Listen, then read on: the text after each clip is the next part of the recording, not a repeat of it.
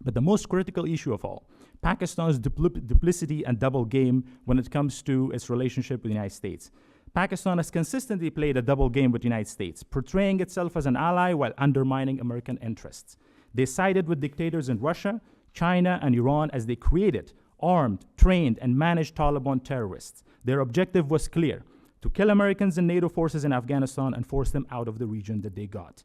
They used the charismatic figure of Imran Khan, then Prime Minister, to mislead President Trump after announcement of his South Asia strategy. Khan rushed to Washington presenting a message of peace from the Taliban, a message that was in fact a carefully crafted deception by his Russian counterparts. He convinced President Trump to pursue a peace deal with the Taliban, which only empowered these terrorists, as they were never sincere. The peace process inevitably failed, leading to the US withdrawal and the subsequent establishment of a gender apartheid regime in Afghanistan by the Taliban terrorists, whose Russian recognition just a few days ago proves the Taliban's status as a Russian proxy.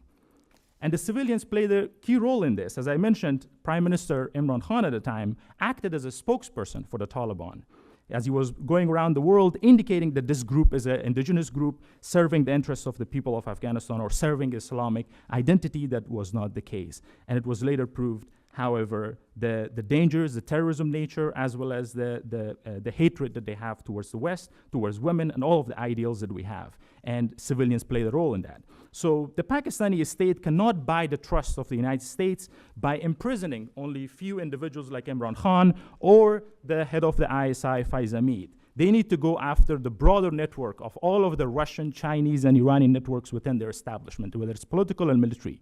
Now, the Pakistani leaders, both military and civilians, complain about the Taliban threats as they seek US assistance to combat them. But even now, according to them, the Taliban is good for Afghanistan but bad for Pakistan. This is a blatant display of their duplicity.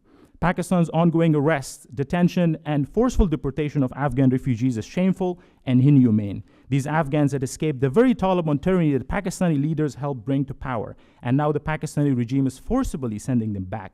What kind of human beings force refugees to return to a terrorist regime that denies girls access to education, systematically subjugates an entire nation into darkness, and commits unspeakable atrocities?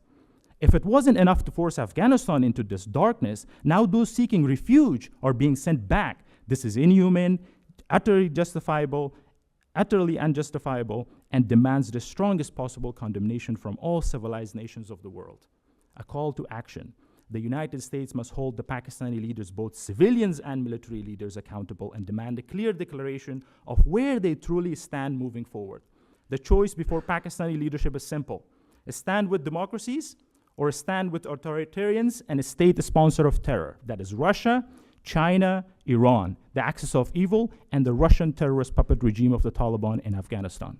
If Pakistan cannot untangle itself from the axis of evil, then the United States must treat it as such, a state sponsor of terror. The metrics for their alignment with democracies are clear and verifiable. Cut off all ties with the Taliban in Afghanistan. Stop mistreating and forcing Afghans to return, and instead provide legal protection, pathways for them to remain safely in Pakistan until Afghanistan is truly free. Support the anti-Taliban Afghans so they can free their country from the Russian occupation and its terrorist puppet regime of Taliban. A free Afghanistan will naturally lead to the voluntary return of most Afghan refugees.